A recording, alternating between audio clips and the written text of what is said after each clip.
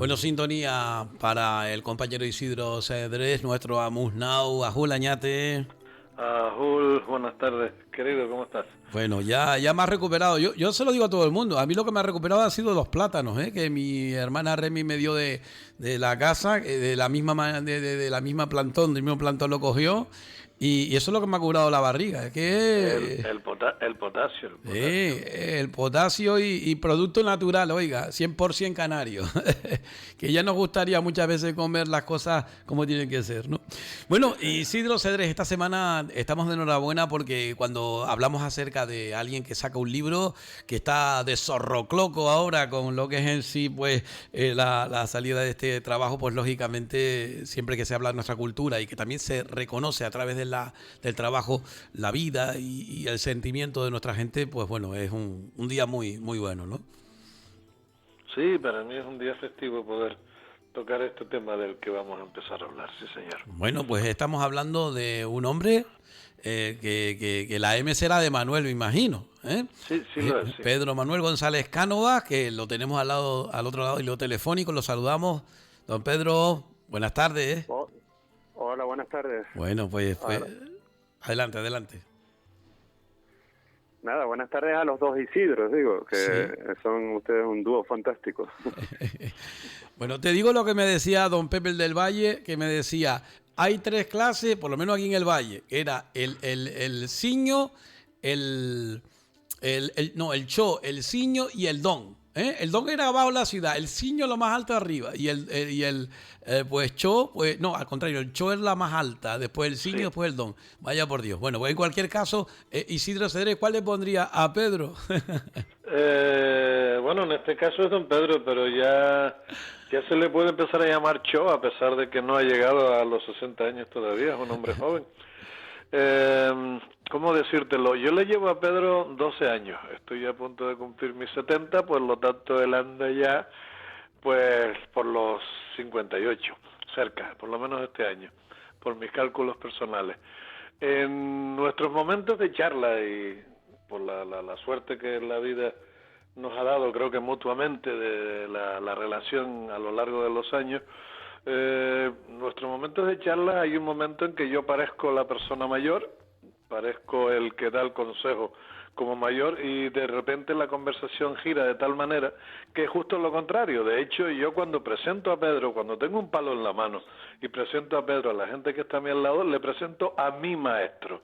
Y tú deberías ver las caras de sorpresa de ver a un tío con barba blanca y sus 70 años casi en el cuerpo, presentar a alguien que obviamente, además aparenta, Pedro no solamente es joven, sino aparenta ser bastante más joven de lo que es, y la cara con que nos miran como diciendo, ¿te equivocaste en algo? Digo, no, el hombre que me enseñó a jugar al palo y del que sigo aprendiendo, o sea que es una relación mutua y por lo tanto, bueno, en el Auchón los chicos me llaman Cho Isidro. Pues Cho Isidro es el presidente del Auchón Guanil, Pedro González Cánovas es el presidente honorífico del Auchón Guanil y el que nos está entrevistando ahora mismo, mi tocayo Isidro Pérez, es el vicepresidente del Auchón Guanil. Yo creo que con el paso de los añitos ya deberían empezar a llamarnos Cho a los 3. Bueno, pues en cualquier caso, bueno, hablar de Pedro es hablar de una persona que lo hemos visto incluso seguido a través de las redes de sus lecturas, de esos relatos que a menudo pues cuelga y además pues de una persona como dice Isidro Cedrés que podríamos ir a la biografía de entrada. Pedro, ¿de dónde eres tú? ¿Dónde naciste? Bueno, yo soy nacido en Santa Cruz, ahí en la calle en San Sebastián, realmente. O sea, no en la villa, como dirían los gomeros, sino en San Sebastián, esquina Padre Ancheta, una pequeña clínica que había ahí en los años 60. Y bautizado y todo ahí en Santa Cruz, en el Barranco, en la iglesia de la Concepción, al lado del Barranco Santos, pegadito ahí. Pero la verdad es que llevo más años viviendo en la laguna que en Santa Cruz. Soy más lagunero que otra cosa, casi, ¿no? Pero bueno, contando el tiempo de las Mercedes, claro. Claro, muy bien. Y desde el punto de vista del palo, para que la gente tome referencia, desde pequeñito... Sí, desde los 13 años o así, empezamos en Santa Cruz con Carlos Darias, con los Acostas, y después, desde que salté a las Mercedes, unos 10 años después o así, pues cogimos la escuela de las Mercedes. Mucha gente me conoce todavía por Pedro el de las Mercedes, a pesar de que hace ya de eso más de 15 años que salí de allí. Uh-huh. Y bueno, me da lo mismo, me siento bien con Pedro el de Santa Cruz, el de las Mercedes, el lagunero, como quieran llamarlo, soy el mismo Pedro de todas formas. Bueno, yo conozco a gente que diseñó, Pedro el de los relatos, el que cuenta los relatos, así que ya te han puesto otro más, ¿no? Otro amuznado más, o como dicen los ingleses, el tales teller. Sí, señor. Bueno, de ahí viene la palabra con la que tú normalmente me presentas. Sí, cierto, ¿no? Amuznado, efectivamente. Bueno, yo recuerdo que eso no se lo he dicho a nadie, creo yo, que la gente de San Juan de la Rambla me decía, doña Elena, creo que era Quintero, que cogía y ponían los saquitos en el Rosario, donde era la fiesta del humo, que venía la gente del Alto. Bueno, una historia muy larga, ¿no? Pero que los viejillos se ponían sentados en el canapé y ponían los sacos en el suelo y los niños se ponían delante de ellos a escucharlos, ¿no? Y que alguien me dijo a mí que había recordado como que en algún momento determinado algunos lo llamaban amonao, no amonao, sino amonao. Yo me quedé sorprendido porque es una palabra que después descubrí con Isidro Cedrés. Y claro, que ahora lo relacionas después de un tiempo y dices amonaro o amonaro, yo digo, un apodo, pues miren, quién sabe esas cosas, cómo se anda en la vida, ¿no? El que cuenta historias. Pertenecemos a una cultura donde la historia pasaba de generación en generación, no de forma escrita, sino hablada, y por lo tanto ese hombre mayor, normalmente un hombre mayor, aunque las abuelas han tenido un papel muy importante en la línea de las familias canarias a lo largo de todo el tiempo. De hecho, tanto la mía como la de mi esposa Rosy son las que nos pasaron los cuentos que conocimos de pequeño y que le hemos pasado a nuestros hijos. Pero el amuznado es ese personaje, el contador de historias, que de hecho apenas, bueno, con Amílcar me vi el sábado, que vino a recoger el librito que le tenía reservado de Pedro, que me lo pidió automáticamente, que tengo unos poquitos aquí para ir repartiendo, y entonces estuvimos hablando un rato, paseando por el Taoro, y me dice, Isidro, ¿a ti no te ha dado nunca por escribir? Digo, en mi ordenador tengo folios, cositas sueltas, y para acá y para allá.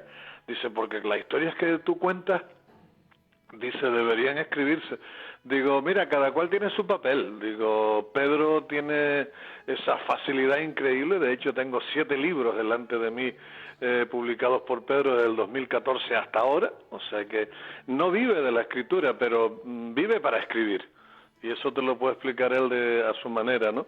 Y bueno, hay un par de ocasiones, hay un par de situaciones, pocas, porque vamos, Pedro tiene su propia inspiración y saca sus historias de su cerebro, pero hay un par de ocasiones en que hemos estado hablando, le he contado alguna batallita o alguna historia o alguna anécdota, y resulta que luego aparece en forma escrita, sí. Eso sí, pincelada y tallada por Pedro a su estilo y manera, y entonces le dije a Amílcar, digo, mira, yo espero que aquellos que me oigan sean capaces de comunicárselos a los que vienen en el futuro. Digo, y si no, digo, ahí está Pedro, que una vez que lo ponga sobre papel ya eso se inmortaliza para siempre, ¿sabes? Oye, Pedro, ¿y eso a ti te viene también de antaño o es una cosa que has descubierto? La capacidad, primero que nada, de crear los textos, porque hay que recordar que los textos son creados por ti y recreados por ti, pero me refiero yo que también alguna de esas pues formas que tienes, pues también tuviste otro amuznado que te inició en ello.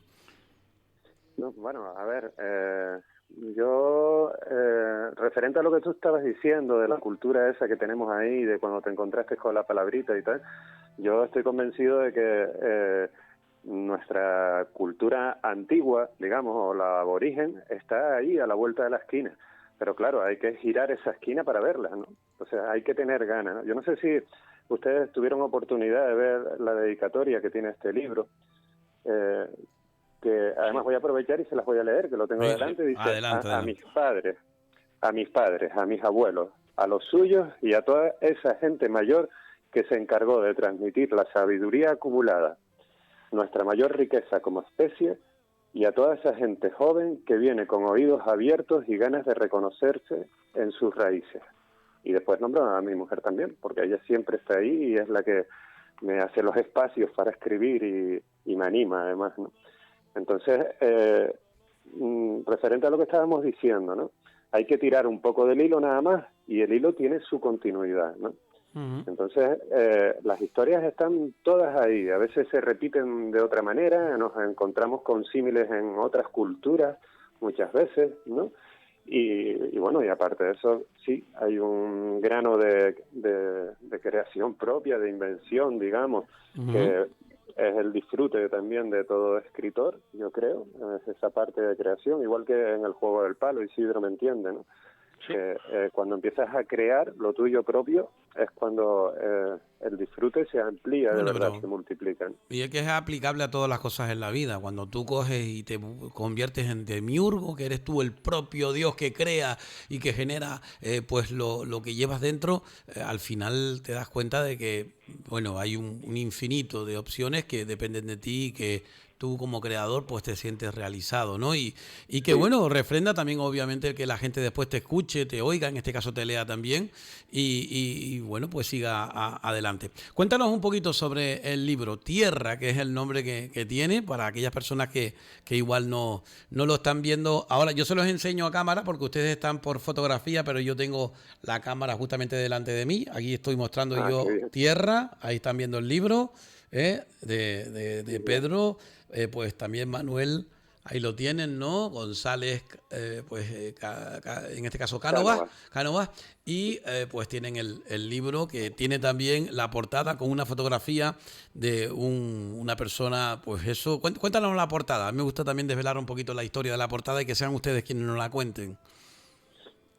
Bueno, la portada, la imagen principal de la portada, que está sobrepuesta sobre un fondo que es una bandera de Canarias con todos los colores, si lo abres lo ves de izquierda a derecha, el blanco, azul, amarillo con sus 7 estrellas verdes. Hay una imagen sobrepuesta que es una creación propia para este libro de Joel Gallego Aguilar. Es un diseñador para mí muy bueno también, un chico que terminó Bellas Artes y hace 1000 funciones, entre otras. Pues se animó a hacerme este grabado para la portada del libro, ¿no? Sí. Y yo quedé encantado con ella, también me parece muy bonita, se ve en la sombra de un señor mayor con lo que podría ser su nieta, con una menuda ahí de manos avanzando hacia una fachada de un pueblo cualquiera, podría ser del país canario, ¿no? De cualquier lado de Canarias podría ser. Y bueno, esa es la portada, yo estoy contentísimo con ella, dice mucho. Yo realmente, a mí se me ha llevado a otros medios de comunicación por un premio o por no sé qué, puntualmente, ¿no? Y la gente, una de las preguntas que me hacían era, vamos a ver, ¿y cómo desde Canarias se puede llegar tan lejos? Son premios internacionales, a veces esa proyección se entiende fuera lo que tú escribes y tal. Y yo siempre alegaba, desde mi ventana, en la laguna, se ve el mundo.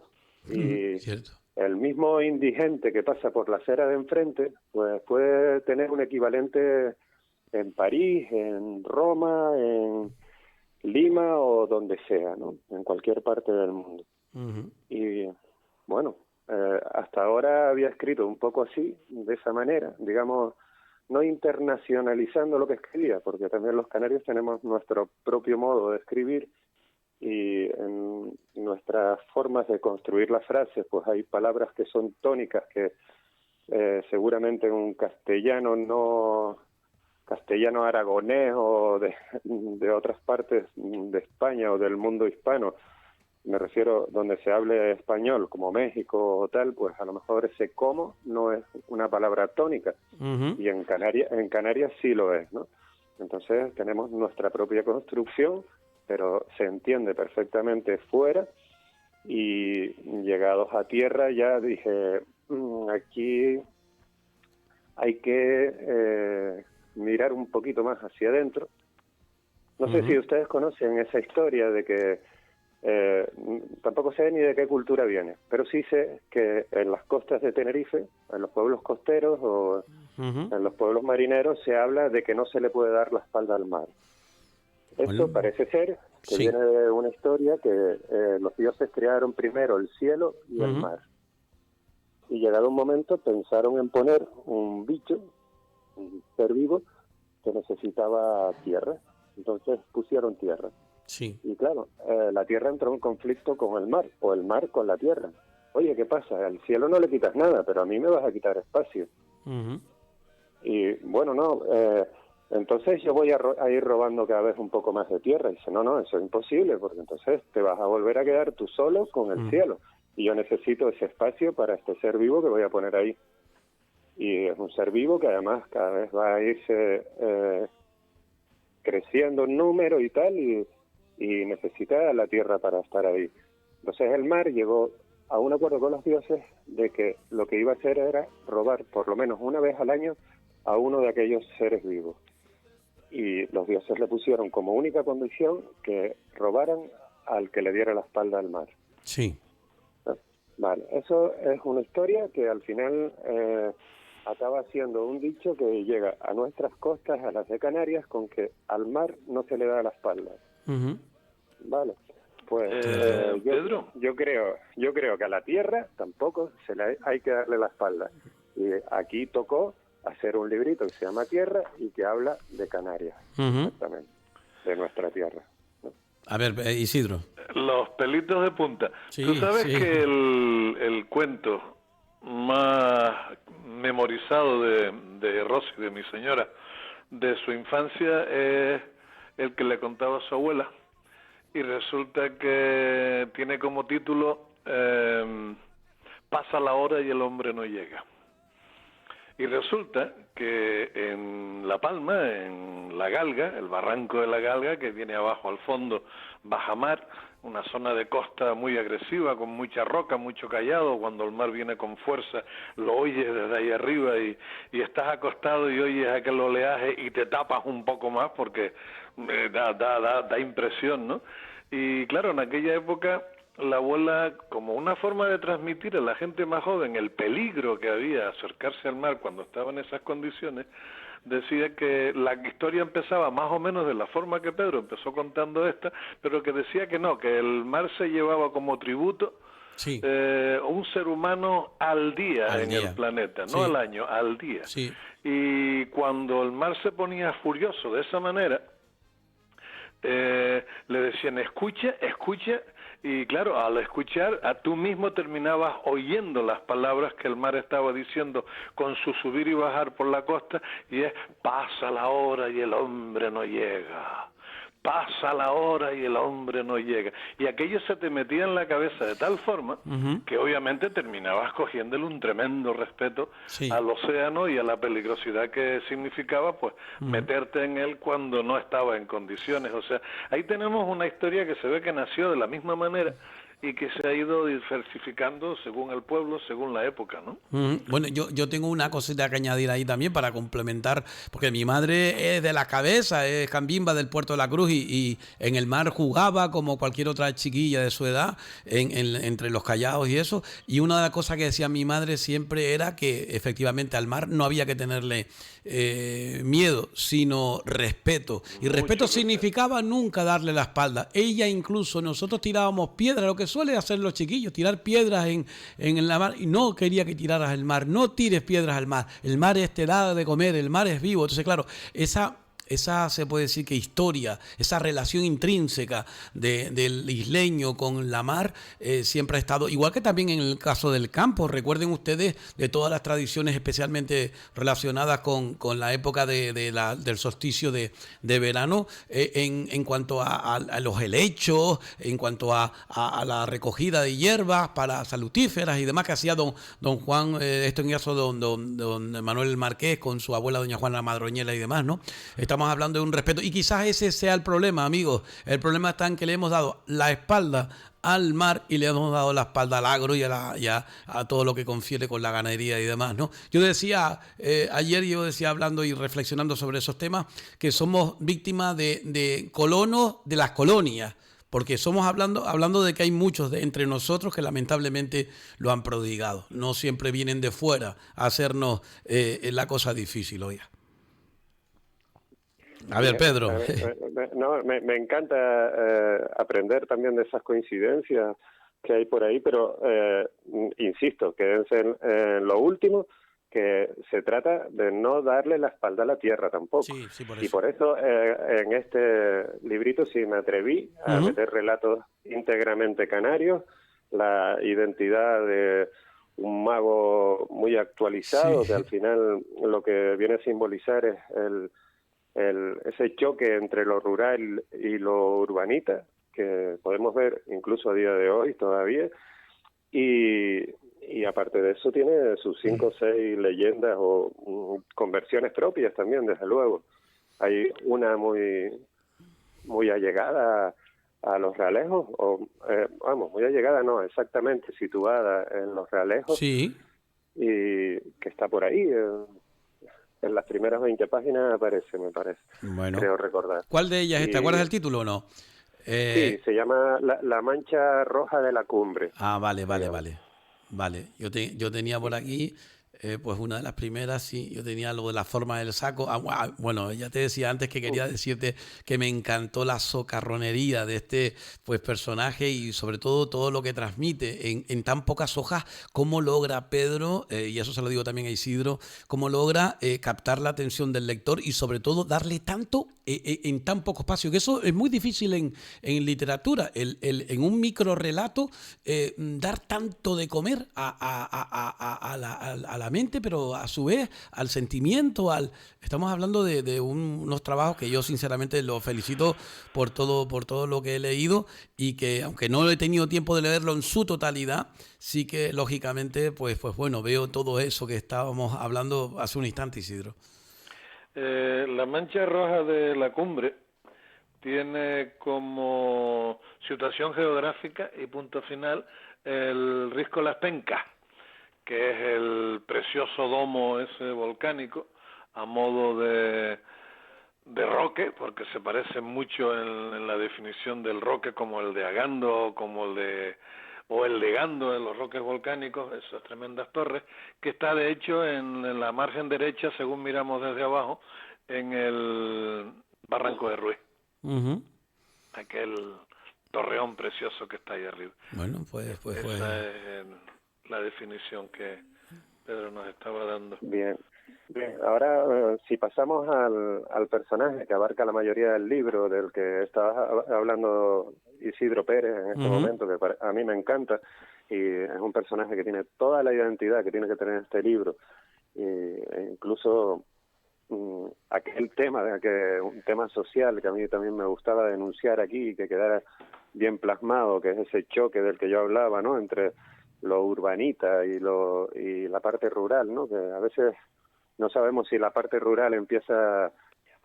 En el norte se dice que del Sausal para allá no existe la isla, o de Tacoronte para allá, o en la laguna a lo mejor podemos decir que de la cuesta para acá, ¿sabes? Porque sí, a veces también el choque con... La frontera lo pone uno, ¿no? Sí, y es real, ¿no? Es un choque que es real, que incluso claro. Desde los barrios periféricos de Santa Cruz se nota que el centro de Santa Cruz es distinto, ¿no? Sí. A veces habitado por más gente de fuera, y otra historia que descalifica a sus propios barrios, a su propia periferia, ¿no? La ciudad, como decía. Sí, señor. Lo decía. Entonces, el tema de este hombre nació de forma muy curiosa. Isidro lo sabe, Isidro Cedrés, ¿no? Él sabe perfectamente cómo nació. Te voy a dejar que lo hagas tú, Isidro. El primer relato se llama Lo Nunca Visto, el que habla, el primer relato de las historias de Don Juan, el Juanche. Sí. Que es un personaje totalmente ficticio y a lo mejor no totalmente ficticio. Sí, yo abogo más por lo segundo, pero bueno. El personaje como tal yo lo reconozco, o sea, lo reconozco dentro de su ficción y dentro de su realidad, porque tengo la tremenda suerte de que cada vez que Pedro se pone a escribir algo, los borradores me los manda. Sí. Y eso tiene la frustrante parte de que cada vez que publica un libro y lo abro ya me voy dando cuenta de que ya lo he leído. No de tal manera como el caso de que está el libro, que está terminado, porque obviamente el primero y el que más ha disfrutado de Tierra he sido yo. Pero me imagino que tú estás hablando de aquella conversación del sombrero, ¿no?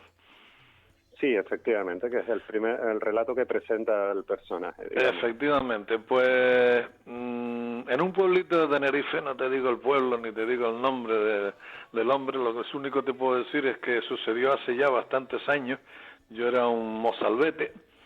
Había un viejillo de sus 80 y tantos ya, que el típico viejillo, bueno, Pedro lo define perfectamente, el hombre que llevaba siempre el sombrero puesto, el hombre al que jamás y nunca su familia le vio la calva, el que se rascaba apenas levantando un poquito el sombrero y metía la mano debajo, pero no se lo quitaba, el que apagaba la luz después de quitarse la ropa y una vez con la luz apagada se quitaba el sombrero, lo ponía en la mesa de noche y era lo primero que se encasquetaba.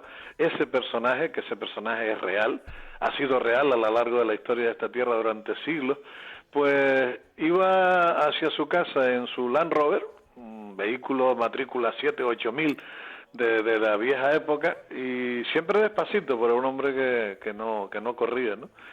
Y va con su Land Rover por ahí para arriba, para la casa, y le entra un golpe de aire, y el golpe de aire le quita el sombrero. Pues imagínate la reacción de ese hombre de verse con la calva al aire, cosa que vamos, que ni el cielo había visto durante Dios sabe cuántos años. La reacción fue tirar mano al sombrero y echó para atrás, agarrar el sombrero, y bueno, la carretera tenía dos opciones, para adentro, y para adentro había un eucalipto, y para afuera, que era el barranco. Pues tiró para adentro y le dio un golpito con la defensa al eucalipto, no pasó nada, porque el jeep era duro y la velocidad era poca. Lo que sí pasó fue que apenas 2 minutos más tarde bajaba la pareja de la Guardia Civil por ahí para abajo, hombre y tal, para acá y para allá, y al final llegaron a un acuerdo con él y le dijeron, mira, deme el carnet, le llevamos a su casa, porque usted como esto no va a tener suerte 2 veces.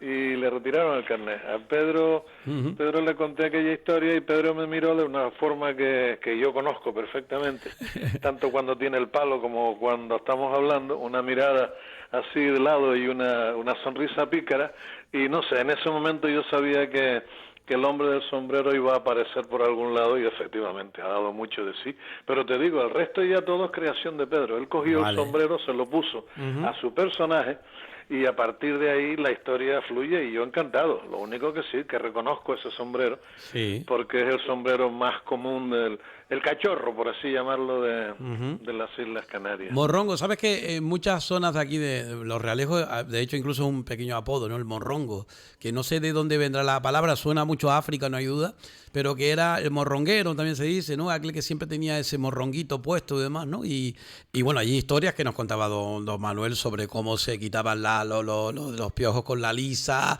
que se ponía lo de la carne, que incluso la carne se les ponía mala en la calva para que el pelo no se les cayera. Bueno, hay unas historias ahí con lo del sombrero que es tremendo, que si uno tuviese más tiempo, de verdad, chico, que yo me metería a estudiar eso pues a fondo, porque el tema del sombrero tiene mucho que dar a lo largo de la historia que ha conformado de todos nuestros mayores, ¿no? Me quedo con lo de la lisa, o sea, sacaremos ese tema en otro en otro ratito. Primero porque acabas de decir lisa y a mucha gente eso le suena raro.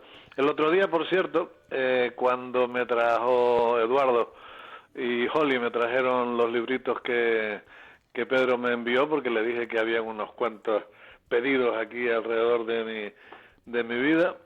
Cuando me lo trajeron, la casualidad es que a nuestros pies, que es ahí donde entrenamos al palo, a nuestros pies había una cogiendo el último rayito de sol de la tarde. Holly nunca había tocado una lisa y le dice, ¿está muerta? Digo, no, está dormida. Digo, si te acercas suavemente y le pasas el dedito desde la cabeza hacia atrás, digo, probablemente ni reaccione. Y así fue. Y quedó maravillada porque nunca había tocado una. Digo, ¿entiendes la palabra lisa? Y se echó a reír. Eduardo lo intentó también, pero ya que ya estaba espabilada desde que le acercó el dedo, como que tú no. Sí. Y imagino un bichito como ese, una lisa que es un lagarto, pero que está dejando de serlo, porque en su proceso de evolución está perdiendo las patas y por lo tanto pasando de lagarto a culebrita, es con la forma en que yo lo definiría, por lo menos según la información que en su momento me dio el joven biólogo de la familia, y que bueno, que vive bajo tierra, que se alimenta de cantidad de parásitos que atacan las raíces de muchas de nuestras plantas y demás, y que está peligrosamente desaparecida de casi todo nuestro entorno. Pues no conocía yo la idea de meter una lisa debajo del sombrero, porque era una época de falta de higiene para que ella hiciera el trabajo. Pues tenían sus cositas, tú sabes que uno, pues bueno, afortunadamente ese tipo de cosas las tengo grabadas, creo que las tengo grabadas también. Arráyate un millo con eso. Y que eran recursos como ponerse la piel de plátano para lustrar los zapatos o incluso, bueno, algunos creíamos de Chico Menudo que para que la cocinilla se esfumara también te ponía. Son las historias de mi pueblo, de nuestra patria, de nuestro país y sobre todo obviamente de aquel lugar más cercano a cada uno de nosotros, con la influencia de toda la gente que vino después. Recuerden cuál es mi máxima: somos como una esponja, hemos absorbido, hemos digamos que captado muchísimas cosas que vienen de fuera y que afortunadamente también nos han enriquecido como pueblo, ¿no? Bueno, en el intre, fíjense ustedes, ya van 31 minutos y pico. Entonces, claro, el tiempo que tenemos, así que esto es para una segunda y una tercera vez. Se nos va el hilo de la cometa. No, una cosa está clara. Que Pedro esté en la próxima como entrevista de hoy, que siempre es un placer oír su voz, sí. No lo sé, pero que vamos a seguir hablando de él, sí. Yo de los 7 libritos que tengo aquí, tengo 2, he tenido el placer de hacer 2 prólogos. Sí. Y bueno, te puedo contar, la pregunta que le hiciste acerca del tiempo que lleva escribiendo, cuando empezó, pues no tenía 15 años, ya en el colegio y en un concurso de redacción de la Coca-Cola se sacó el primer premio. Ah, pues te das cuenta, pues entonces le viene. Empezó desde ahí, ha tenido varios trabajos con otras personas, como Cumbres de Anaga, con Samir, el Hirwan, con Carlos Darias y Dimas Llanes aquí en el puerto. Sí. Y luego empezó así, pues de forma rápida, con Corazón Abierto, que es un libro que me tiene encantado porque es el libro del jugador de palo, por así decirlo, que es donde saca su auténtica relación con eso. Carta a la carta, los 3 tomos de microrelatos, 1, 2 y 3, que son 3 pequeñas joyas. El libro anterior a este, que deberíamos conseguir hacerte llegar un ejemplar, que es Fauna callejera y otras bestialidades, que también es una joya. Y de hecho, Fauna callejera y otras bestialidades y Tierra siguen con una excelente costumbre que espero que Pedro no pierda nunca, que son las historias cortas, los micros, como los define, porque se le dan de absoluta maravilla, y los dos hacen una recopilación de historias que vale la pena tener, y que además no es un libro que lo lees y lo apalancas ahí en un lado, es un libro al que vuelves de vez en cuando, porque como bien dice el prologuista de este libro Tierra, que es Pedro García Rodríguez, ese maravilloso lagunero, también a la primera le gustó, a la segunda le gustó mucho más, y a la tercera terminó hasta riéndose de algunas de... O sea, la forma que Pedro juega el palo y la forma que Pedro escribe, a la primera no te enteras nunca, ¿sabes? Tiene un doble mensaje en lo que escribe, usa las palabras que todos entendemos, pero la forma en que las ordena es algo que tienes que andar con ojo, leer despacio. Y si no estás seguro, y nunca lo estás, volver a releerlo pasado un tiempito, porque con Pedro te pasa lo que con Don Quijote de la Mancha, ¿sabes? Aquel hombre escribió una excelente obra que mucha gente se cree que es la de un loco que andaba por ahí peleándose con los molinos de viento y demás, y no se han dado cuenta de la tremenda obra que es el Quijote, que ya yo voy por la tercera y voy a empezar por la cuarta lectura, porque cada vez que lo cojo redescubro lo que está escondido en esas líneas, y con Pedro me pasa exactamente lo mismo. Bueno, pues tendremos ocasión de hablar de todo ello. Yo, les explico a Pedro especialmente, que es el autor del libro, que normalmente yo el libro lo cojo, lo leo obviamente en su integridad, y después hago entrevistas. En esta ocasión ayer lo recogí y lógicamente uno, como está también medio, como le dije al principio, medio convaleciente, pues estamos ahí, que sin una otra, la pastilla, etcétera. Pero me he tomado la licencia, Pedro, y lo he hecho de forma repentista. Es decir, hay veces que el sentimiento puede más que la técnica. Y digo, voy a grabarlo. Y lo he grabado. He grabado uno de los que me ha gustado. Hay varios, lógicamente, pero es uno que dura 4 minutos y que seguramente tú lo vas a reconocer, lógicamente, como autor. Así que si les apetece a ustedes, a ambos, se lo pongo y a toda la audiencia. Pero no sé si a lo mejor dará tiempo ahora o será más adelante, además porque ya Pedro había dejado claro de que le gustaba que fuera Isidro quien iniciara el relato y por lo tanto lo mejor es que lo dejemos para la próxima vez y ya Isidro hace el primero, que es el del sombrero, y después tiene el otro. Pero para que lo sepa la gente, que cuál es el que grabé, que está por aquí, hace alusión, me gustó mucho, porque es que me recordó también a mí cuando pues echaba una mano a mi padre en temas de agricultura, que no fue mucho, pero en más de una ocasión fue, y fue la forma del saco. Fue la forma del saco. Me gustó mucho. Yo quería aclarar una cosa, nada más. Sí. Yo lo que quería que contara Isidro Cedrés era Sí. la anécdota de... porque aquello fue bajar de la Corujera, veníamos de comer de Guachinches con nuestras respectivas, Sí. nos tomamos un café en Santa Úrsula, me parece que fue, y ahí fue donde él me contó la historia del sombrero. Bueno, pues... Y con la mirada que le eché, él me dijo, ¿vas a escribir sobre eso? Y dije, sí, voy a versionarlo, desde luego que sí. Y bueno, lo hice, se lo pasé a él, se lo pasé a una amiga de Santa Úrsula precisamente, y ella misma me dijo, Pedro, sácale más jugo a ese personaje, me encantó y tal. Isidro lo mismo. Pues, bueno, a mí me ha encantado también. Además que yo creo que hemos conocido siempre en alguna ocasión en estos 30 años que llevamos con el medio, la verdad que hemos conocido a alguna persona que entra perfectamente en ese perfil y sobre todo esa socarronería. A mí, lógicamente, me lleva a don Juan Évora, me lleva a un montón de gente que ustedes también han conocido, que lógicamente pues están aquí, pero me lleva a mí, a Francisco Alaburrido, me lleva a Antoñito, me lleva a Arquipo, me lleva... Bueno.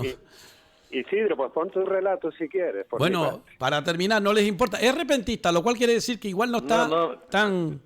Venga, ¿cómo va a importarnos si estamos hablando de eso? Bueno, pues recuerden, estamos hablando del libro Tierra, de Pedro Manuel González Cánovas, con el prólogo y epílogo por Eduardo García Rodríguez, que hay que preguntarle dónde lo pueden conseguir, Pedro. Sí, bueno, en el norte Isidro puede ser la referencia. Muy bien, pues bueno, pues aquí también en Radio Ralejo, al otro Isidro, le agarro y yo le pego, como dice el otro. Entonces aquí nos llaman. Bueno, pues este es el relato de la forma de el pues saco. Escuche.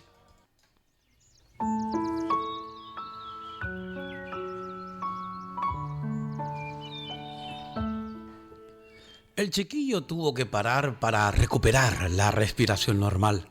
Tenía un dolor agudo en el costado. Eso le solía pasar cuando hacía sobreesfuerzos respiratorios.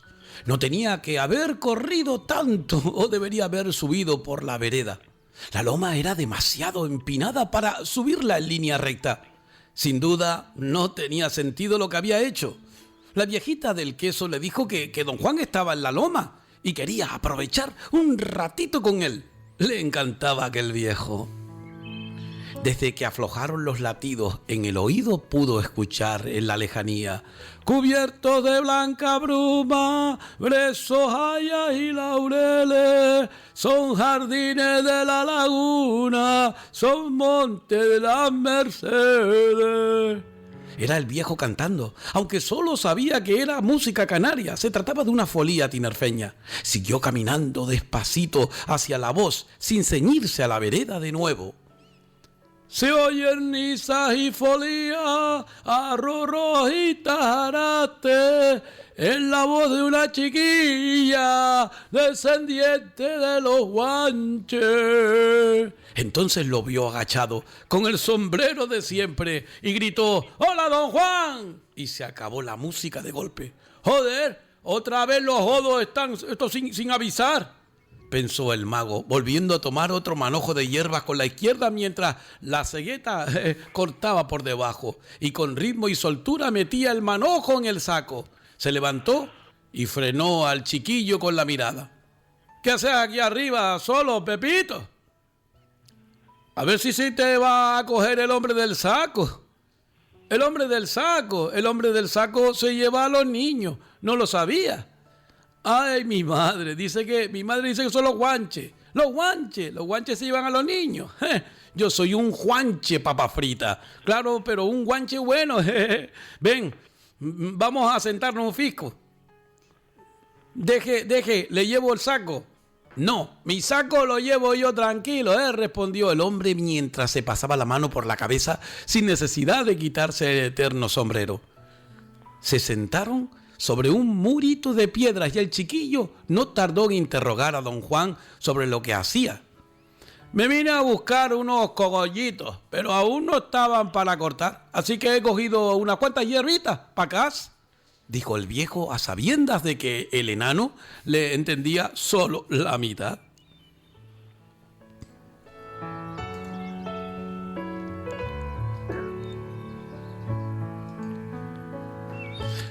No tardó en decidirse a bajar, a ver si con suerte se iban pronto los visitantes.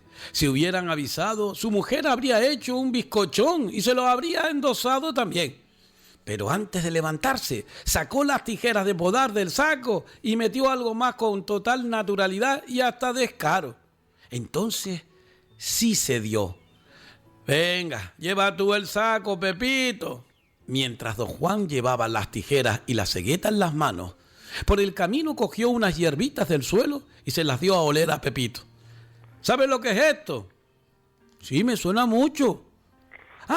Ya sé, lo de las pizzas. ¿Será? Se llama orégano, enano. Y siguieron el camino de bajada en silencio hasta llegar a la casa. Los esperaba la mujer por fuera, junto al viejo Land Rover, que tenía una notable abolladura en la parte derecha de la defensa delantera. Dame, mi niño, dijo ella al quitarle el saco de las manos y sopesarlo en querer para exclamar, ¡ño! Están tomándose un vasito de vino, Juan. Se llevan también 2 docenas de huevos. Vale, dijo don Juan, mientras le cogía el saco de las manos a la mujer, sacaba una gran laja de piedra y la tiraba sobre el muro de la huerta. ¿Y esto? Preguntó la doña. Para darle forma al saco, aseveró serio don Juan. Los tres caminaron hacia la cueva.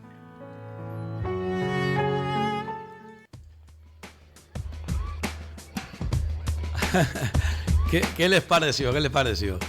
Muy bien, a mí casi todas son muy divertidas, pero esta es también de las muy divertidas y esas coplitas me encantaron, Tiene voz, muy bien echada, sí, señor. Bueno, es que y a palo seco. Sí, y además porque claro, estás en el agro, en el agro no hay paredes, tienes que alargar las vocales y que no se canta como en un micrófono, se canta para sí y para la naturaleza, es una cosa pero sobre todo la socarronería, la capacidad, ese hombre sabio, ese amuznado de la tierra. Antes, curiosamente, cuando estaba diciendo Pedro lo de que no hay que darle la espalda a la tierra, digo, pues acerté, creo yo, porque hay muchos, ¿no? Pero acerté con el relato porque es un relato donde se ve ese amor al agro, a la tierra y bueno, pues espero que les haya gustado y... Sí, mucho. Sí. Bueno. Hay culturas que disfrutes de los demás, Sí, bueno. No, de hecho ya acaba de pecar en el hecho de que va a tener que redactarnos el libro programa tras programa mientras hayan letras ahí dentro. Bueno, pues esto no se puede quedar así de repente. Con el beneplácito que ustedes me den, pues ahí estaremos. Porque miren, vamos a ver, yo sigo siendo fiel a la idea original de hace 30 años. No hay patria sin cultura. No se puede querer lo que no se conoce. Hay que amarlo, pero para amarlo hay que conocerlo. Y como ese niñito, todos somos algo de Pepillo. Somos esos chiquillos que le hemos pegado a un viejo, a una vieja, o incluso no tan viejo ni tan vieja. Aquel otro mayor que nosotros que te enseña la piedra, el árbol, el lagarto, la lisa. Y bueno, pues todas esas cosas, ¿no? Por eso digo yo de que esa es nuestra intención y desde que empezamos estamos haciéndola y nos iremos haciéndola de igual manera, hasta el final. Sí. Hasta el final. Hay culturas, o por lo menos han habido culturas en este planeta, donde el escupir al suelo es una ofensa. Así que yo creo que de ahí también podemos ir aprendiendo una serie de aspectos de cómo comportarnos hacia lo que, bueno, a lo que mucha gente, entre ellos yo, llamamos la madre naturaleza, la madre tierra, la matria, sí. Quien habla de la patria, y sin embargo este hombre, don Eduardo Pedro García, llama la matria canaria, y vamos, muy acertadamente, es femenina, pero eso.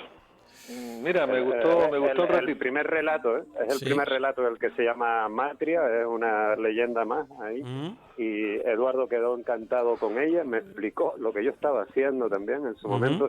Les animo a no perderse el epílogo que hace Eduardo García también, que es buenísimo, y por algo... Sí, además nos traduce de la masija una serie de términos que la mayor parte de la gente desconoce. Bueno, no, se hizo una excelente labor. Bueno, pues estamos en 45 minutos ya pasados, entonces, claro, tenemos que dejarlo aquí, pero ya le digo a Pedro, desde que pueda, pues que tendremos que tener una segunda parte. Me interesa también desde el punto de vista literario, específicamente hablando, porque Remy, mi hermana, lleva el apartado de Guajara, espacio literario, que seguramente cuando le pase el libro, pues lo destripará y querrá tenerte también por aquí, aunque sea pues, por teléfono. Ojalá que esto salga pronto y podamos recibir a la gente en el estudio. Ya, pues eso, que no es lo mismo, Pedro, yo como Pilato, yo me lavo las manos, Sí, no, perfecto, yo encantado también. Muy bien, señores, me han hecho pasar un buen rato, espero también a toda la audiencia, y aunque mucha gente que dice que entiende esto de periodismo, que dice que las entrevistas nunca deben pasar de 20 minutos, yo siempre digo lo mismo, 20 minutos es tiempo, una entrevista muchas veces no tiene tiempo, lo que tiene es sentimiento, y eso es lo que buscamos en esta radio, en este espacio de Tanemir Canario. Tanemir, a ambos, muchas gracias, y seguiremos hablando de nuestra tierra y de su gente, ¿de acuerdo? Un abrazo. Igualmente, a ambos los dos.